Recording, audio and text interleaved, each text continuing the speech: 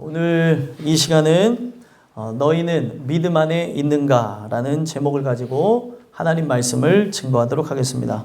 저와 여러분이 고린도 후서의 말씀을 함께 읽었는데, 고린도 후서는 왜 쓰여지게 됐냐면, 그때 당시에 그 고린도라고 하는 지역에 이 고린도 교회가 있었는데, 이 고린도 교회는 바로 세상의 그 많은 더러움과 그리고 추악함, 세상에 닮은 모습이 교회 안으로 흘러들어와 혼합한 형태의 모습을 가졌던 교회였습니다. 그럴 수밖에 없었던 게, 거기는 무역의 중심이었던 두 개의 항구가 있었고, 그 두 개의 항구를 통하여서 세상에 가장 유행하는 모든 갖가지 문물들은 다 들어왔다는 거예요. 그러다 보니 12개의 신전도 있었고, 그 신전에서 드리는 그런 모든 제사법이나 또 그들이 살고자 했던 그런 많은 죄악의 더러운 법들이 교회 안에까지 그런 새로운 풍습으로 들어오게 되어졌다는 거예요.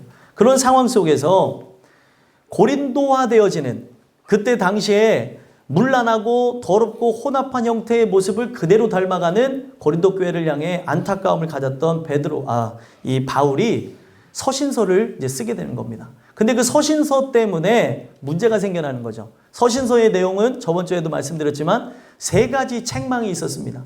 그들이 교회 안에서 있었던 분열과 그리고 음행과 그 송사에 대한 책망이 어떻게 예수를 아는 너희들에게 있을 수 있냐는 거죠. 그랬더니 여러분들, 말씀이 선포되면 나타나는 현상과 한 번만 생각해 보세요. 말씀이 진짜 직접적으로 닿으면 일어나는 현상이 뭐예요? 일어나게 되면 아프죠. 괴롭죠. 그리고 짜증나죠. 아닌가요? 예. 말씀이 탁 와닿게 되면 짜증이 날 수도 있어요. 왜냐하면 뭐야, 이거 나 들으라고 하는 얘기야? 왜 나한테 저렇게 얘기를 하지? 항상 말씀은 모든 회중을 향해 있습니다. 근데 말씀이 직접 닿을 때의 현상은 아프기 때문에, 그 아프니까 우리가 장난을 치다가도 아프면 짜증이 날 때가 있잖아요.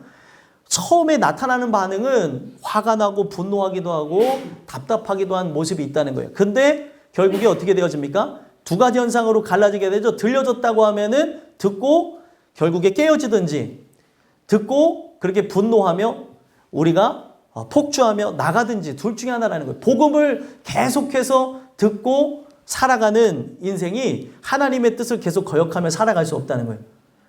2 종류로밖에 나눠지지 않습니다. 근데 교회 안에는 3 종류의 사람이 있죠. 어떤 사람이 있어요? 주무시는 분들. 주무시는 분들에게는 아무런 현상이 일어나지 않아요. 왜냐하면 안 들었기 때문에 화도 안 나고 분노도 없고 그런 현상들이 일어나는데, 어찌됐든 그 말씀이 들려지게 되면 사람이 나에 대한 얘기를 했다는 것 때문에 안에서 분노가 올라올 수 있다는 거예요. 마찬가지로 고린도 교회에 그런 현상이 일어난 거예요. 이게 바로 우리의 모습이라고? 내가 그렇게 헌신하고 충성하고 봉사하는데 내가 예수를 만난 게 아니라고 사람들이 화가 나면서 어떤 얘기를 하게 되냐면, 저 바울은 거짓 사도다. 거짓 사도니까 그 얘기를 들을 필요가 없다라고 결론에 이르게 된 겁니다. 그랬더니 마음이 약한 이 사도 바울이 원래는 자기가 그 스케줄대로 방문을 하려고 하는 계획을 그들에게 이야기했었는데, 그 교회에 분란이 일어난 걸 알고 바로 가게 되어집니다. 그랬더니 자기가 말했던 것 자체를 바꾸고 왔다고 그거를 빌미로 삼아서 거짓 사도로 몰아간 거예요. 그랬더니 소심했던 이 사도 바울은 거기에서 함께 어우러질 수가 없었고, 이제 거기서 떠나와서 디도라고 하는 사람 편에 편지를 씁니다. 눈물의 편지라고 하는, 지금 그 편지는 발견된 적이 없는데, 그 눈물의 편지를 쓰게 되는 거죠. 내가 너희들에게 이런 편지를 준 것은 이런 의도를 갖고 했다는 것을 하게 되면서, 그때 당시에 많은 사람들이 그 편지를 보고 회개하고 돌아왔다는 거예요. 그런데도 분란의 중심에 섰던 사람들은 돌아서지 않은 그 모습을 보게 되면서 고린도 후서를 작성하며, 자기는 거짓 사도라고 하는 오명을 쓰고 사람들이 의심을 받았잖아요. 그래서 내가 바로 진짜 사도다라고 하는 자신의 사도권을 주장하는 이야기와, 그리고 원래 방문하려고 했던 이유가 무엇이에요? 헌금을 건면하기 위해서 방문하려고 했던 거죠. 옛날이나 지금이나 이게 어떤 선한 의도를 갖고 헌금에 대해서 얘기해도 사람은 거품을 물게 되어져 있어요.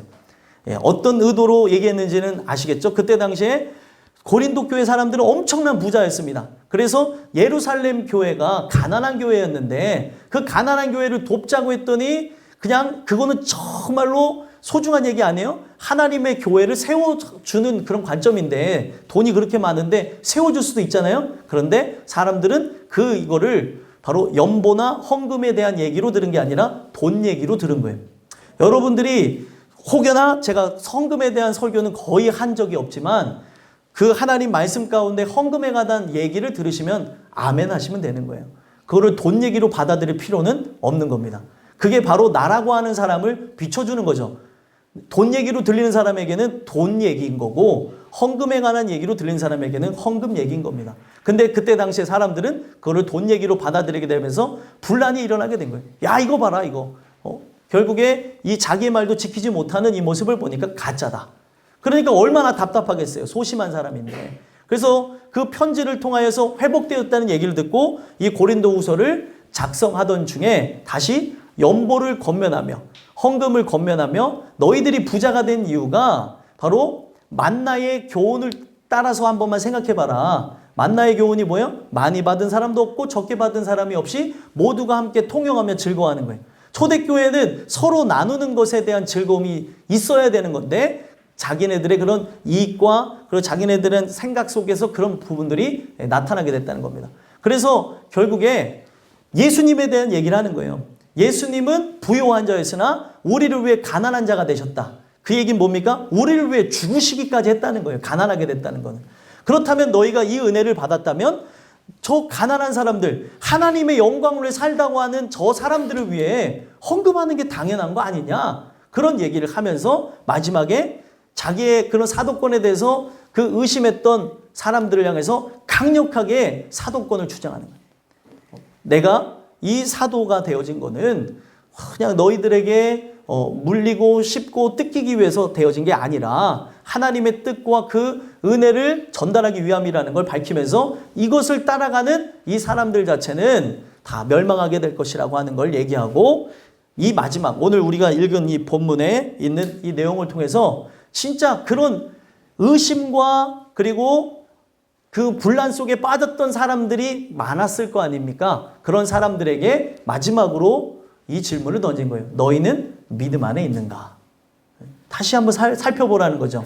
어떻게 그렇게 그 하나님의 그 말씀에 근거하며 생각해 보지 않고 사람들의 이야기에만 집중했냐는 거예요. 오늘날도 마찬가지입니다. 여러분들과 제가 이 허락해 주시는 말씀을 통해 우리가 교회를 다니는 이유는 뭐예요? 믿어 순종케 되어져서 영원한 나라에 들어가기 위함 아닙니까? 그러면 이 교회를 다닐 때에 나는 믿음이 있는가 없는가를 꼭 살펴봐야 된다는 거예요. 그냥 교회를 다니는 것으로만 생각하지 마시고 1차원적으로 그냥 앉았다가 가는 것도 굉장한 은혜지만 거기에만 머무르지 마시고 오늘 나에게 어떤 말씀을 주시는가, 이 말씀을 통해 우리 모두를 점검하고 돌아보는 그 내용을 토대로 해서 여러분들과 제가 천국은 뭘로 가죠? 믿음으로 가는 나라예요. 믿음으로 저 영원한 천국에 들어가는데 부족함이 없는 저와 여러분들이 되기를 간절히 소망합니다. 그래서 오늘 이 말씀을 통해 여러분들에게 두 가지 돌아봄의 말씀을 드리길 원하는데요. 첫 번째로 너희는 믿음 안에 있는가? 라는 이 말씀을 통해 우리에게 어떤 질문을 주시냐면 너 자신을 시험해봐라 라고 하는 말씀을 주신다는 거예요. 너 자신을 시험해봐라. 왜 시험해봐야 되는 거죠? 믿음이 있는가라고 하는 그 질문 때문에 우리 자신을 한번 시험해봐야 된다는 거예요. 그래서 믿음이 뭡니까? 믿음이라고 하는 것 자체는 분명히 그리스도의 말씀을 들음으로 생겨나는 거죠. 그런데 그들 안에 믿음이 있는지 없는지 돌아보라고 하는 것은 그리스도의 말씀을 들음보다 다른 이야기를 많이 들은 게 아닌가 내적으로 한번 돌아다보라는 거예요. 그래서 믿음이라고 하는 것은 반드시 그 안에 내재되는 씨가 되기도 하지만 그 씨가 심기어지고 시간이 지나면서 자라나 열매를 맺는 것 같이 반드시 우리가 하나님의 말씀을 통하여서 은혜를 받고 은혜를 통하여 은혜의 선물인 믿음을 받았다고 한다면 믿음이라고 하는 것은 반드시 드러나게 된다는 거예요. 그러면 우리 속 안에 진짜 하나님의 말씀이 들어있는가를 살펴보라는 거죠. 그래서 너 자신을 시험하라 라고 하는 이 단어 자체는, 시험이라고 하는 건 뭐냐면 자세히 내 안을, 내 내면을 조사해 보라는 거예요. 어디를요? 내 내면을. 내면을 왜 조사해 보라고 할까요? 이게 결국에 어떠한 말과 그리고 어떠한 사상과 어떠한 가르침이 있는 거에 따라서 그가 살아가는 말과 행동이 결정되기 때문에 그렇습니다. 우리가 이 자녀를 교육하면서 느끼는 게 뭐예요? 이 자녀가 행동하는 것, 자녀가 말하는 거는 100% 부모의 가르침에 의해서 결정되는 거죠. 그렇죠? 그래서 그 아이들이 자라나면서 별거 아닌 것 같지만 이 별거 아닌 거에 의해서 부모가 하는 행동 하나하나를 통해서 갈리게 되는 거예요. 오늘날 그냥 살아가면서 우리가 그냥 자녀가 이제 자라날 때 자네 운해가 공동적으로 그냥 발달했다고 하는 얘기를 들었을 때 이거 엄청난 복인 거예요. 예를 들면은 그만큼 그 부분 속에서 계속 어렸을 때부터 계속 주지되었던 그 가르침이 있었기 때문에 좌뇌가 편향적으로, 우뇌가 편향적으로 자라나지 않았다는 거죠. 앞으로도 마찬가지예요. 아이들이 자라날 때 이런 것 하나하나가 다 복이 되어질 수 있다는 겁니다. 그런데 제일 중요한 게 뭐예요? 이 안에 어떠한 가르침이 들어왔는지를 살펴봐야 된다는 거죠. 어떠한 가르침이. 그 가르침에 의해서 이 모든 게 결정되어진다는 겁니다. 왜 제가 이런 얘기를 하냐면 제가 어렸을 때 늘 들었던 얘기가 있어요. 저희 아버님이 야 너는 아버지가 얘기하면은 항상 네 하고 왜 반대길로 가냐는 거예요. 제가 그게 되게 그런 경향이 있거든요. 야 유선아 저 오른쪽으로 가. 예 알겠습니다. 하고 왼쪽으로 가는 거예요. 야 인마 넌 맨날 얘만 하고 왜 아버지 말하면 왜 반대로 가냐는 거죠. 그래서 저희 아버지가 저때 늘 마르고 닳도록 요즘엔 좀 덜 하세요. 요즘엔 덜 하시는데 컸으니까 이제 아직 저희 아버지 눈에는 애기니까 그냥 막내니까 맨날 붙잡고 유선아 얘기하는 거예요. 저희 아버지가 더 할아버지처럼 얘기해요. 그래서 아버지 더 할아버지처럼 얘기하지 마세요. 젊게 생각하고 말하세요. 그랬더니 유선아 하면서 얘기를 하는 거예요. 차길 조심해라 이런 얘기서부터 별소리 다 하십니다. 근데 저희 아버지가 저한테 하는 얘기 중에 뭔 얘기를 하냐면 청개구리 같다는 거예요. 청개구리. 왜 말을 하면 반대로 하냐는 거죠. 그 얘기는 어떤 얘기예요? 가르침을 받은 것처럼 예하고 하지만 가르침을 받지 않았다는 거예요.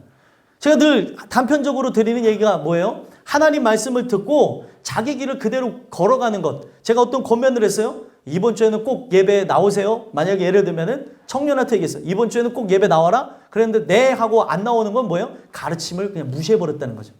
예를 들면 그렇다는 거예요. 왜냐하면 그게 크게 어떻게 작용하지를 않기 때문에 그렇습니다. 오늘날 살아가면서 청년이든 그리고 장년이든 노년에 있는 분들이건 어린아이들이건 살아가면서 선택과 집중 이런 것에 항상 살아가고 있는데 내 안에 어떤 가르침이 있느냐에 따라서 저는 그렇게 설교한 적이 없는데 그냥 온 것만 만족하며 가는 사람들이 있다는 거예요. 그래도 왔지 않아요? 아니 왔으면 들어야죠. 왔으면 끝까지 은혜 안에 나가야죠. 근데 그것만 만족하며 가는 사람들이 많다는 거예요.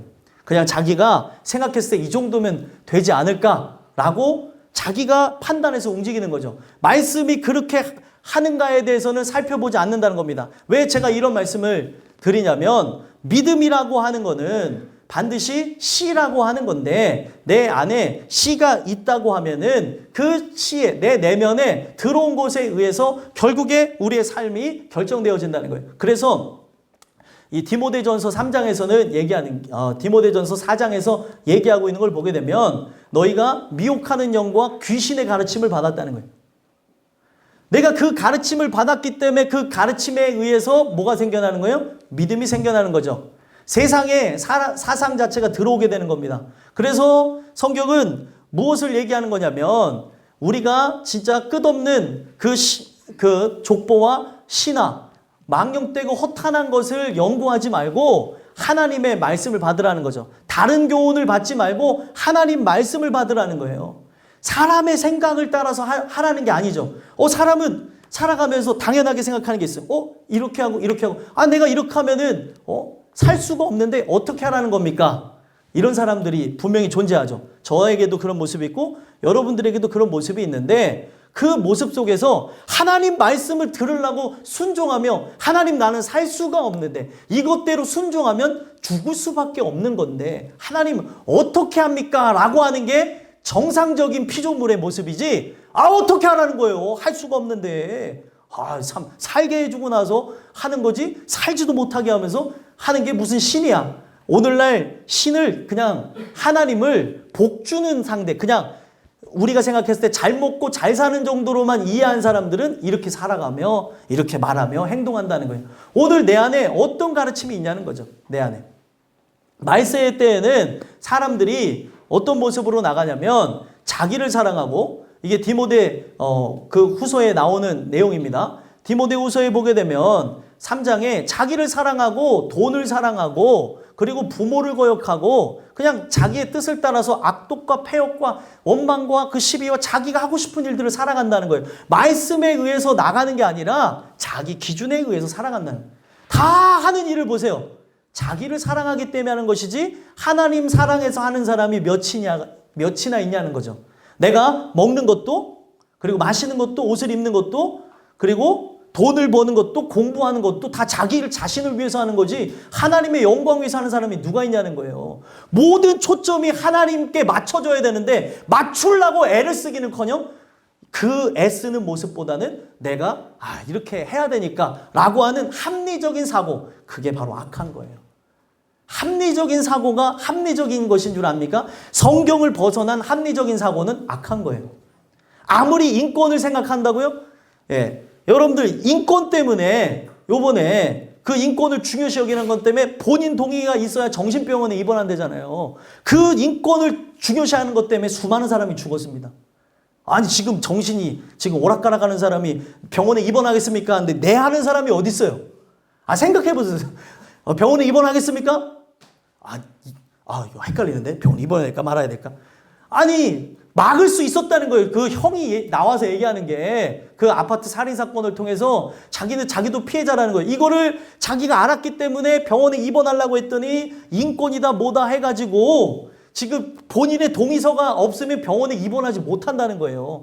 이게 이해도 가지만 억울하게 들어가는 사람도 있을 거 아니에요. 그래서 생겨난 것은 알겠지만 정신이 온전하지 않은 상태에서 그게 가능하냐는 거죠. 결국에 이 많은 사람들이 그렇게 죽음을 당하게 됐다는 거예요. 오늘 우리의 살아가는 삶 속에 이 주시는 이 말씀을 따라서 생각해보고 항상 돌아다보지 않는다면 우리는 이와 같은 모습으로 나갈 수가 있다는 거예요. 오늘 이 말씀을 통해서 단편적으로 생각하지 마시고 하나님 편에 생각했으면 좋겠어요. 제 얘기가 인간의 얘기로 들린 사람은 되게 기분 나쁠 거예요. 뭐야 왜 이렇게 얘기를 하지? 그게 아니라니까요. 오늘 우리의 살아가는 삶은 하나님은 창조주고 나는 피조물이에요. 언젠가 내가 그분의 것이 아니라면 바로 분별되어져서 멸망으로 가는 날이 있다는 거예요. 성경은 이거를 어떻게까지 얘기하냐면 태초전에 나눴다고 얘기한다니까요.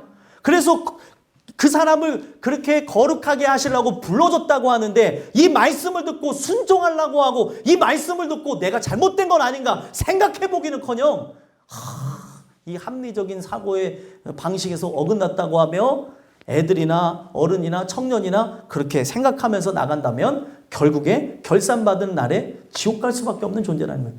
왜 사도 바울이 그렇게 안타까워하며 믿음 안에 있는가? 교회 사람들한테 이 얘기를 했냐는 거예요. 오늘날도 제가 마찬가지입니다. 이 부활절 아침에 교회에 다니는 여러분들에게 믿음 안에 있는가라는 말이 맞는 것 같아요? 틀린 것 같아요? 지극히 정상적인 얘기입니다. 왜 그러냐면 교회만 다닐 수 있기 때문에. 얘기를 잘 듣고 결국에 뭐요? 가르침을 멀리하고 내가 갖고 있는 그런 귀신의 가르침과 또 세상의 가르침과 세상의 도덕과 윤리, 성공 그리고 자기의 안녕, 나를 사랑하는 그런 주의를 갖고 갈 수가 있기 때문에 우리를 기반으로 하고 있는 내 안에 생각, 그 마음을 주관하고 있는 씨가 뭐냐는 거예요. 씨가. 하나님의 도시, 하나님의 말씀이라고 하면 상관이 없는데 그것이 어디서 왔는지 돌아다보지도 않잖아요. 제가 단편적인 예로 오늘날 사람의 가르침이냐 하나님의 가르침이냐 항상 그거를 우리가 주제해야 되는데, 교회를 성장시켜야 되니까, 교회를 경쟁해야 되니까, 교회 안에서 서로가 더 열심히 봉사해야 되니까 성경에 없는 근거 없는 얘기를 하잖아요. 목사들도. 나중에 그렇게 하다 보면 이상한 면류관을 쓴다고 하지를 않나. 왜 성경에서 벗어난 얘기를 하냐는 거예요. 왜 그렇게 했습니까? 초점이 사람에게 맞춰져 있는 거예요. 하나님에게 맞춰져서 살아야 된다는 얘기보다는 교회를 세우고 또 잘 먹고 잘 살고 하는 세상의 논리가 교회 안에 들어오니까 교회는 어떻게 해야 돼요? 열심히 해야 될 거 아니에요. 아니 그렇게 해서 집사님 그렇게 천국 가겠어요? 그렇게 하면은 개털 모자밖에 못 쓰지. 그러면 생각이 뭐예요? 이렇게 하다가는 개털 모자밖에 못 쓰는구나. 열심히 해야지. 깊은 한숨이 나옵니다. 왜 제가 이런 얘기를 하냐면, 교회 안에 이런 사람의 말로써 해가지고 열심히 하는 건 의미가 없는 거예요. 이건 뭐예요? 인본적인 거죠. 사람을 움직이게끔 만드는 말인 거는 사실이지만 복음하고 상관없어요. 그 열심이 뭐예요? 다 자기가 나중에 좋은 면류관을 얻으려고 하는 거예요. 성경에서의 상급은 예수님을 얘기하고 있습니다. 예수를 받고자 하는 게 아니라 저 영원한 천국에서 내가 이 땅에서 못 누렸으니까 저 나라에 가서는 영원토록 누려야지. 예수를 믿는 이유도 뭐예요? 예수를 사랑해서 예수가 계신 천국에 가려고 하는 것이 아니라 저 영원한 나라에 그냥 살고 싶은 마음에 예수 믿는 사람이 태반이에요. 여러분들 뭔가 좀 잘못된 것 같지 않아요? 오늘 우리가 이 주신 말씀을 통해서 믿음 안에 있는가에 대한 말씀으로 우리 안을 살펴봤으면 좋겠어요. 이거는 뭐냐면 내 자신을 조사해 보라는 거죠. 내 안에 근간이 되어지고 있는 것이 뭔지를 보자는 거예요. 내가 이렇게 행동하고 말하는 거에 대한 근간을 속을 들여다보면서 내가 어떤 가르침이 들어왔기에, 어떤 사상이 있기에, 나에게는 어떠한 그 생각이 들어와 있기 때문에 나는 이러한 결정을 하고 이런 말을 하고 이런 행동을 하는가를 살펴봐야 된다는 거예요. 오늘 이 주시는 이 말씀을 통해서 여러분들 자신을 하나님의 말씀에 빛이 있는지 조사해 봤으면 좋겠어요. 그 빛에 의해서 우리는 순종하며 나가는 거예요. 그런데 하나님의 말씀에 빛에 비춰봤는데 내 안에 어둠만 가득하다면, 내 안에 세상의 가르침만 가득하다면 이거는 뭐예요? 그 가르침으로 인해서 온전한 믿음이 아니라 다른 믿음이 난다는 거예요. 성경에서 왜 다른 교훈을 얘기했겠습니까? 아니 세상에 있는 그런 수많은 책들을 보면서 왜 성경책은 하나도 안 보고 하나님 말씀은 듣지 않냐는 거예요. 오늘 지식인이라고 하면은 그런 책들을 많이 읽으면 지식인이 되는 것 같습니까? 아닙니다. 아무리 똑똑해도 하나님이 말씀하시고자 하는 그 의도를 파악하지 못한다면 성경은 지혜롭지 못한 사람이라고 얘기해요. 미련한 사람이라고 얘기합니다. 오늘날 모든 이치가 여기에 있는데 여기에서 뭐가 나왔습니까? 철학도 나오고 신학도 나오고, 사람들이 그렇게 높이 평가하는 서양 철학이 성경에서 나온 거예요. 그런데 오늘 우리가 진짜 인간은 어딜 향해 나가는지 안을 들여다보지 않기 때문에 오늘 우리의 살아가는 삶 속에 결국에 뭐예요? 방종하며 자기의 뜻대로 나가는 모습이 있다는 거예요. 말씀을 여러분들 그냥 제가 얘기하는 거를 오해하지 마시고 그냥 무작정 암송하라는 게 아니라, 암송은 못할지언정 한 말씀 한 말씀이라도 소중히 받아들이면서 돌아다 볼 필요가 있다는 거죠. 이게 바로 뭐가 되는 거예요? 시가 되는 겁니다. 시. 한 말씀이 내 안에 새겨진 게 시가 되는 거예요. 이걸 토대로 해서 어떻게 되는 거예요? 생각하고 말하고 움직이는 역사들이 나타난다는 거죠. 오늘 이 허락하신 말씀을 통해서 여러분들과 제 자신을 스스로 말씀을 통해 돌아다보며 조사해 봤으면 좋겠어요. 내 안에 어둠이 있는지 아니면은 내 안에 기쁨이 있는지 빛이 있는지, 은혜를 통해서 여러분들과 제가 말씀으로 결국에 충만하게 되어서 저 영원한 천국에 들어가는데 부족함이 없는 은혜가 있게 되길 간절히 소망합니다. 마지막 두 번째로 너희는 믿음 안에 있는가? 라는 이 말씀을 통해서 어떤 걸 돌아보게 하시냐면 너희 자신을 확증하라 라고 얘기합니다. 너희 자신을 확증하라. 확증하라는 건 뭐예요? 자신을 증명해 보이라는 거죠. 어떤 얘기일까요? 열매, 열매를 통해서 너 자신을 한번 살펴보자는 거예요. 하나님 말씀을 듣고 자기 길을 걸어가는 내 모습을 보면서, 하나님 말씀을 듣고 내가 하고 싶은 대로 말하는 내 모습을 보면서, 내가 하나님 말씀을 듣고 그냥 죄악을 선택하며 나가는 내 모습을 보면서, 하나님 말씀을 듣고 내 멋대로 살아가는 내 모습을 통해서 이 드러나는 삶이라고 하는 열매로 내 자신을 좀 증명해 보자는 거예요. 하나님의 뜻과 영광을 위해서 나가는 건데 뭘 위해서 나가냐는 거예요, 우리가. 그렇지 않습니까? 성경이 얘기하는 거는 우리가 나를 위해 살아가는 것이 아니고 내 자신을 버리신 바로 하나님의 아들을 믿는 믿음 안에서 사는 거고, 바로 그분의 영광을 위해서 사는 거라는 거예요. 이거는 누가 그렇게 하냐면 실제로 십자가의 죽으심과 부활하심을 함께 참여하게 되어진 자, 그것을 실제로 경험한 자가 그렇게 살아간다는 겁니다. 그냥 일을 하는 이유도, 내가 오늘날 먹는 이유도, 모든 부분도 하나님의 영광을 위해서 살아간다는 거죠. 그래서 결국에 예수님은 이거를 뭐라고 얘기하는 거냐면, 우리라고 하는 존재를 쉽게 볼 수 있도록, 내면을 못 쳐다보는 사람들이 있잖아요. 말씀을 통해서 스스로를 점검해 봐야 되는데 생각하기를 싫어해요, 현대인들이. 생각해 보세요, 스스로 돌아다 보세요 했는데 안 돌아보는 거는 어떻게 할 수가 없는 거잖아요. 체크해 줄 수가 없잖아요.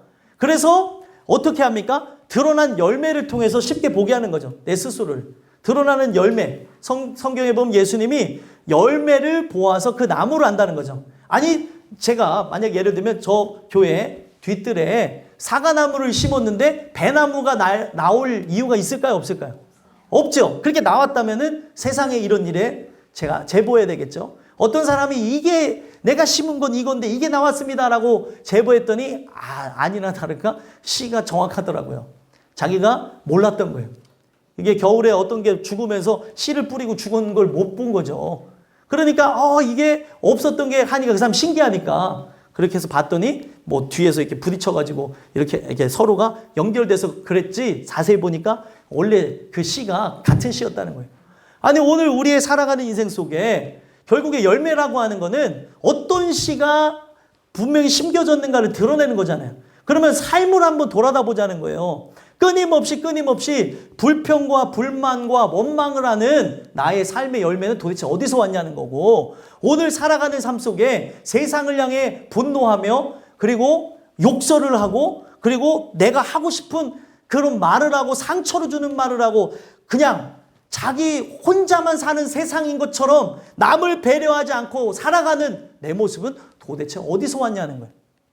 그리스도 예수의 사람이라고 하는데 예수님의 형상은 닮은 모습이 있는가 찾아봐도 찾아볼 수가 없다면 도대체 씨는 어디서 왔냐는 거예요.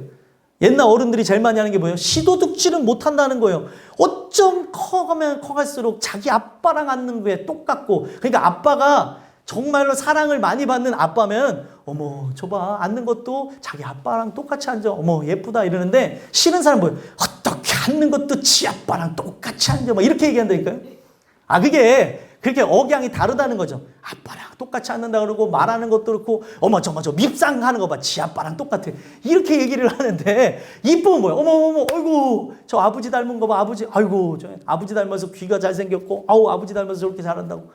그러니까 이게 어떤 얘기를 여러분들이 많이 들으셨는지 모르겠는데 커나가면서 그 모든 거는 결국에 씨에 의해서 결정되어지는 거잖아요. 내가 진짜 하늘의 씨가 들어왔어요. 이 씨는 육체의 씨가 아니래요.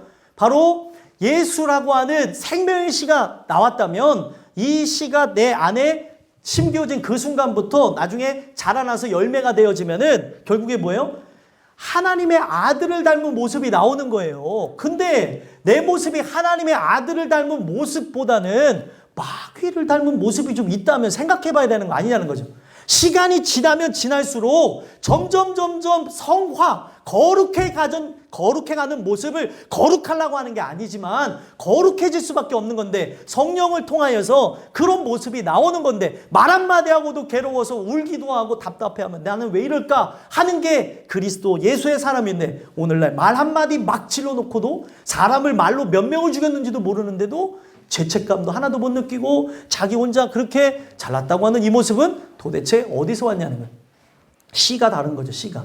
성경은 무섭습니다. 왜 무섭냐면 지금 이 드러나는 모습을 통해 우리 안에 씨를 돌아다보자는 거예요. 이 씨가 결국에 하늘에 바로 하나님의 말씀을 통해서 오는 씨인데 그가 바로 선물을 통해서 주시지 않으면 아무도 이 씨를 얻을 수 있는 사람이 없다는 거예요.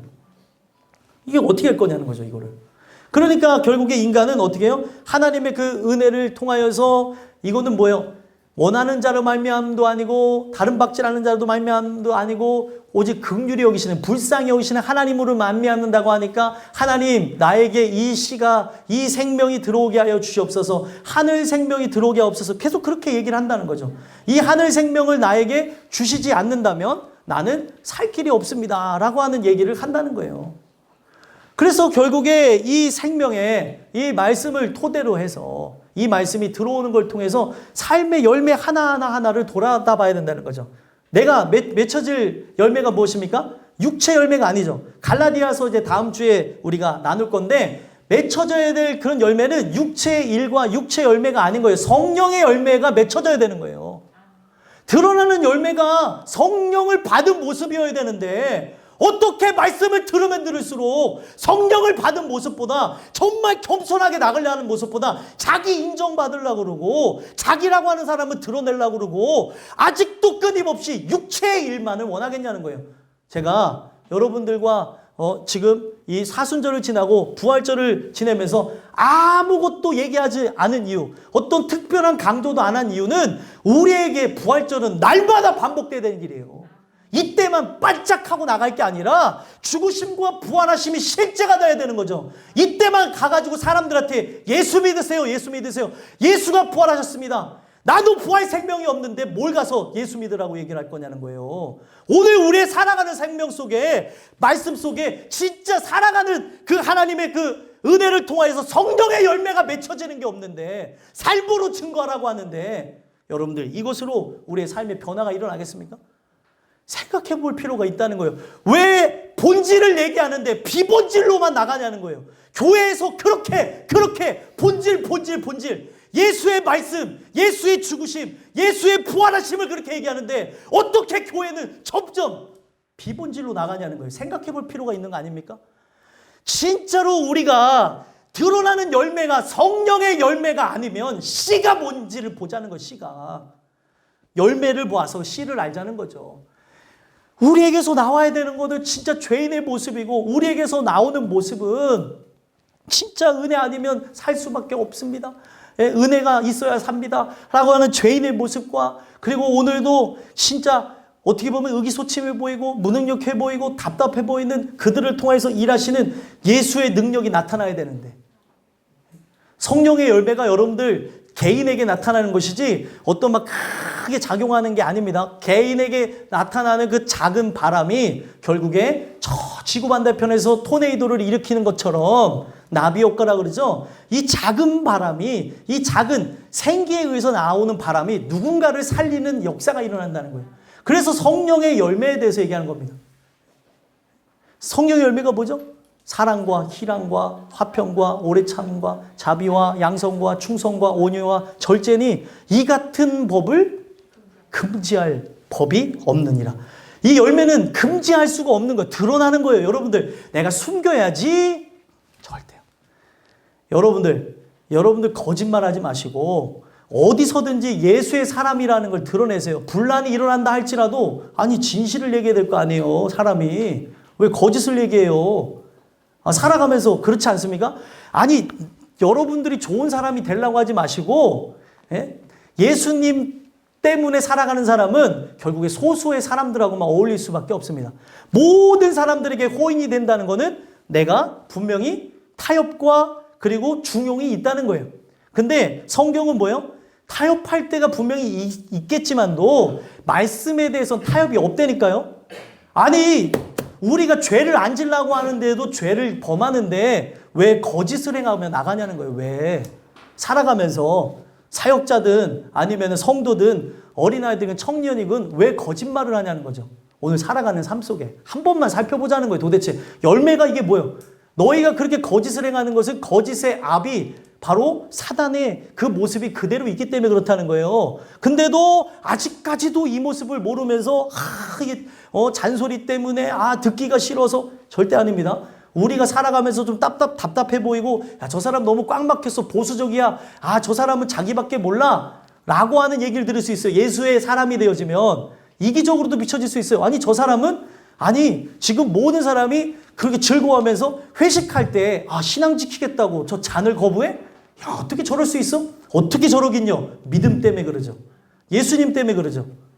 아니 오늘 우리가 한 번만 생각해 보자는 거. 뭘 위해 살아가자는 거예요. 도대체 하나님이 오시라고 하면은 회식 자리고 뭐고 그냥 끝난다니까요.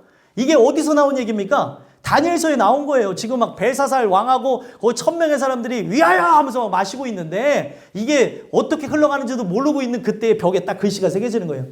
손이 하나 딱 나오더니 매네 되게 우바르심. 그랬더니 술이 딱 취한 사람들이 저게 뭔 글씨요? 근데 기분이 묘하네, 무섭네. 야, 저거 해석할 수 있는 사람 누구야?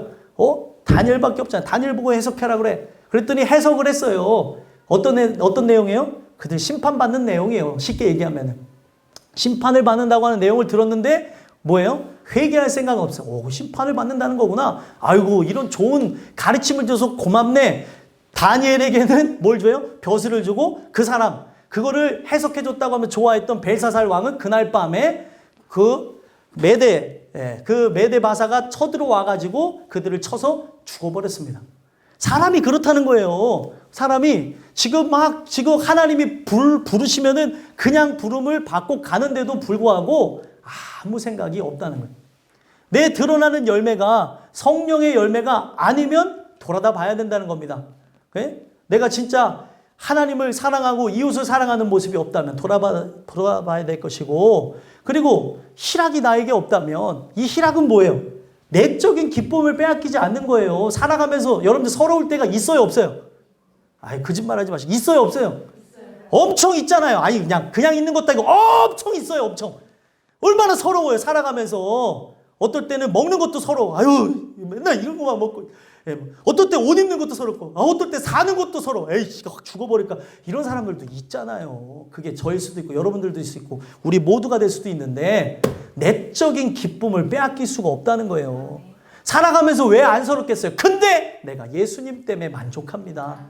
내가 변변치 못한 예를 들면 남편이 없을지라도, 그리고 아내가 없을지라도, 내 부모가 없을지라도, 내 자식이 없을지라도, 의지할 만한 대상이 아무도 없을지라도, 난 돈과 명예와 권력과 권세, 세상이 바라볼 수 있는 게 아무것도 없을지라도 당신이 있어서 참 기쁩니다. 이게 진짜 성령의 열매예요. 근데 뭐예요? 우리가 바라보는 거는 막 비교하는 거예요. 누구는 했다는데, 누구는 안 했다는데, 뭐가 어떻게 됐다는데, 비교 의식에만 되어져 있는 거죠. 내적으로 좀 이제 수준을 좀 낮은 데서 높게 보자는 거예요. 수준이 낮은 거는 어쩔 수 없죠. 육체를 입고 있어서 우리 모두가. 그렇죠? 여러분들 기분 나빠하지 마세요. 저도 수준 낮은 사람이니까. 근데 수준이 낮은 데에서만 머무르는 게 아니고 영적으로 바라봐야 되기 때문에 그런 거예요. 영의 눈을 떠서 봐야 될 거 아니에요. 왜? 진짜 근본적인 기쁨을 위해 살아갈 내가 세상 기쁨이 없다는 것 때문에 미워하고 증오하고 짜증 부리고 나가냐는 거예요. 늘 기뻐하며 살아도 시원찮은 삶인데, 늘 찬양하며 살아도 부족한 것뿐 아니에요? 말로만 하지 마시고 늘 부족하다고 하며 주님 이런 나를 사랑해 줘서 감사합니다 하며 기뻐해야 될 건데 그게 없어요. 한번 생각해 볼 필요가 있지 않습니까? 그리고 오래 참지도 못하고 예수님 때문에 참는다니까요. 언제까지요? 주님 오실 때까지 참는 거예요. 우리는 어떻게 해요? 참는데 어떻게 해요? 내가 얼마큼 참았는 줄 알아? 그러다 폭발하죠. 주님은 어떻게 얘기하는 거예요? 주님은 너 죽을 때까지 참어. 그 얘기 무덤까지 가. 하지 마. 맞는 얘기를 해야 될 때는 해야 되죠. 근데 쓸데없는 얘기 같으면 하지 말아야 되는 거고, 쓸데없는 행동이라면 참아야 되는 거예요. 오래 참음이라는 게 무엇입니까? 이 세상에서 살아가는 것 때문에 고통받는 거예요. 참는 거예요. 예수님 때문에 참는 거예요. 언제까지요? 오실 때까지, 내가 죽을 때까지. 그리고 우리가 9가지 열매 제가 다 해드릴 수 없지만 그 내용 속에서 볼 때 자비와 양성과 충성, 그리고 절제 이런 게 어떻게 나오냐는 거예요. 자비가 어떻게 어떤 사람이 그런 얘기 하더라니까요. 예? 자비를 베푸는 거는 그 사람이 많은 여유가 있어서 그렇다는데, 아니, 여유가 있어서 다 자비를 베풉니까? 그러면 여러분들과 저는 당연히 자비를 베풀어야 되는 거 아니에요? 왜 자비를 베풀어야 돼요? 예수를 가졌잖아요. 다 가진 사람이에요. 천하를 가진 사람도 예수를 못 얻을 수가 있는데, 예수를 가졌다고 하면은 좀 여유가 있고 사람들을 관용하고 포용하고 해야 되는데 자비가 없다니까요. 이거 어떻게 설명할 겁니까? 오늘 이 내용 속에서 우리 모습들을 한 번만 살펴봤으면 좋겠어요. 우리의 삶에 진짜 이 열매를 봐서 이 나무를 안다고 하는데, 내 삶의 씨가 무엇인지 이 드러난 열매를 통해서 보게 되면 씨가 뭔지 정확하게 보여주고 있다는 겁니다. 충성하는 것도, 그리고 절제하는 것도. 충성은 어떻게 해요? 그 나라를 진짜 보기 때문에 충성하는 거 아니에요? 그 나라가 실제로 임하게 될 걸 보기 때문에 죽기까지 복종한 거 아니는 겁니까? 오늘 우리가 살아가면서 그런 내용들을 보자는 거죠. 고린도 교회의 문제가 아니라 이 고린도 교회의 문제를 통해서 우리 모두들의 문제를 예수께서 바로 바울의 입술을 통해서 끄집어내서 가르쳐 주시는 겁니다. 오늘 여러분들과 제가 이 말씀을 통해서 마지막으로 결론부에서 봐야 되는 게 뭐예요? 이 두 가지 내용을 통해서 내 안에 그리스도께서 계신 줄을 우리가 스스로 알지 못한다면 뭐예요? 버림받은 자라는 거예요. 이것이 나에게 없다면 버림받은 자라고 여겨도 좋다는 거예요. 이 얘기가 무섭지 않습니까? 하나님은 택했다가 버리는 분은 아니에요. 택했다가 버리는 분은 아닙니다. 버렸다고 하는 건 뭐예요? 원래부터 버려온 자라는 거죠. 나에게 이러한 현상들이 나타나지 않는다는 것은 원래부터 하나님이 택하지 않았다는 걸 얘기를 하는 겁니다. 오늘 이 내용을 토대로 해서 지금 내 안에 내면을 조사해 보시고 또 외면에 드러나는 그 열매를 통하여서 예수가 내 안에 씨와 열매로서 나타나는 그런 모습이 없다면 예수가 내 안에 계시지 않다라고 하는 그런 것으로 간주하시고, 우리가 이거를 하는 이유가 뭐였어요? 사도 바울이 그들에게 그렇게 면박을 주고 창피를 주기 위해서 한 겁니까? 아니죠. 무엇을 위해서 하는 거예요? 은혜와 긍휼을 구하라는 거예요. 우리가 진짜 예수가 내 안에 실제가 되지 않아서 이와 같은 일들이 있기 때문에 구하라고 하는 겁니다. 구하라 주실 것이요, 찾으라 찾을 것이요, 문을 두드리라 그리하면 열릴 것이라는 거예요. 아니, 성경에 분명히 이렇게 나왔는데 사람이 문제가 뭐예요? 구할 생각이 없고 찾을 생각이 없고 두드릴 생각이 없다니까요. 분명히 구하는 자, 반드시 하나님을 찾는 자가 만날 거라고 얘기하고 있습니다. 어떻게 찾는 사람이요? 간절히 찾는 자. 이게 간절히 찾는 건 뭐예요? 아니, 찾기도 누구도 다 찾죠. 이런 말씀을 들으면 나도 이제 은혜대로 살아봐야지 라고 결단을 합니다. 근데 거기 성경에서 간절히 찾는다고 분류를 하는 이유가 있어요. 왜 그렇습니까? 간절히 찾는다고 하는 건 이게 진짜 마음에 와닿다는 거예요. 마음에 와닿아서 하는 것과 와닿지 않고 하는 거하고는 다르죠. 애들을 보면서 아는 건데 뜻도 모르고 쓸 때가 있는 말들을 할 때가 있죠. 근데 뜻을 알고 쓸 때 되게 무섭다니까요. 그냥 모르고 꼴보기 싫어, 꼴보기 싫어, 꼴보기 싫어 이러다가 뜻을 알고 엄마 꼴보기 싫어 이러면 되게 무섭다니까요. 아니, 그냥 애기들이 별말을 다 배운다니까요. 제 아내가 어린이집다니는데 그 집에서 어떤 언어를 쓰는지 알 수가 있다니까요. 그래서 제 아내가 그 옛날에 유치원 다닐 때인데 그 집이 좀 이제 그런 일이 있었나 봐요. 그랬더니 맨날 전화하는 흉내내는 거예요. 아우, 그만 좀 하세요. 그만해요. 이제 우리 그만 만나요. 애가 와서 그거 이제 엄마가 맨날 통하는 내용 들으니까 뭐 그만 만나야 되나. 뜻도 모르면서 맨날 너는 남편에 너는 아내 할게 하면서 그 얘기를 하는 거예요. 지겨워요. 그만 만나요. 아니, 뭔 얘기를 들었길래 애가. 제 아내가 듣고 와서 그 집에 그런 일이 있나 봐. 애가 그런 행동을 해. 오래전에 들었던 얘기거든요. 아니, 애가 어떤 말을 하고 행동하는 건 분명히 듣기 때문에 하는 건데 오늘날 뜻도 모르고 하는 그거는 상관이 없는데 뜻을 알고 하면 그때부터 무섭다니까요. 오늘 우리가 이 주신 말씀을 통해 하나님의 영광을 위해서 살아가야 되는데 그것을 경험하지 못하고 말만 할 거냐는 거예요. 오늘 우리가 이 허락하신 말씀을 통해서 내 안에 계신가, 계시지 않는가를 살펴보시고 은혜로 충만케 되어지는 저와 여러분들이 되기를 간절히 소망합니다. 기도하겠습니다. 하나님.